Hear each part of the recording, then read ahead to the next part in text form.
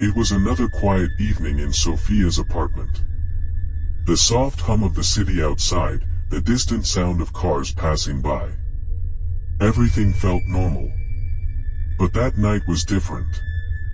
As Sophia lay in her bed, her eyes slowly closing, she heard it. A faint whisper. Almost like a breeze passing through the walls. But it was too distinct. Too deliberate. It was her name. At first, she thought it was nothing. Maybe the wind. Or the house settling. But then, the voice came again. Softer at first, but clear. Sophia. Her heart skipped a beat. The room was still. She listened closely, her breath shallow. There was no one in the apartment except for her. No one else could have called her name. She got out of bed, her feet cold on the floor as she slowly moved toward the closet.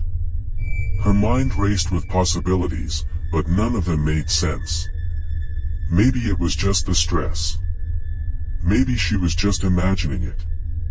But then, the whisper came again, this time louder and closer. Sophia. It was unmistakable. Her hand trembled as she reached for the closet door. As her fingers brushed the cold handle, she froze. What if something was inside? What if she wasn't alone? The door creaked open slowly, revealing nothing but the dark emptiness inside. She sighed in relief, thinking it was all in her head. But as she was about to close it, something caught her eye. A shadow. Just at the edge of the closet, hidden in the darkness. It wasn't a shadow cast by anything in the room. It was something. Moving. Suddenly, the closet door slammed shut on its own. The whisper, now more like a growl, echoed in her ears. Sophia, I'm waiting. Her heart pounded in her chest.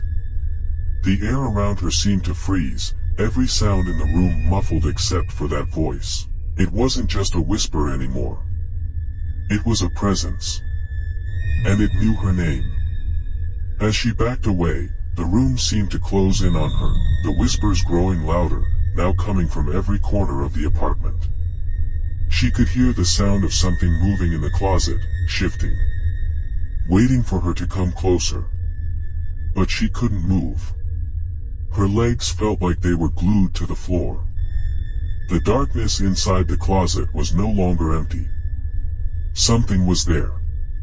And it wanted her.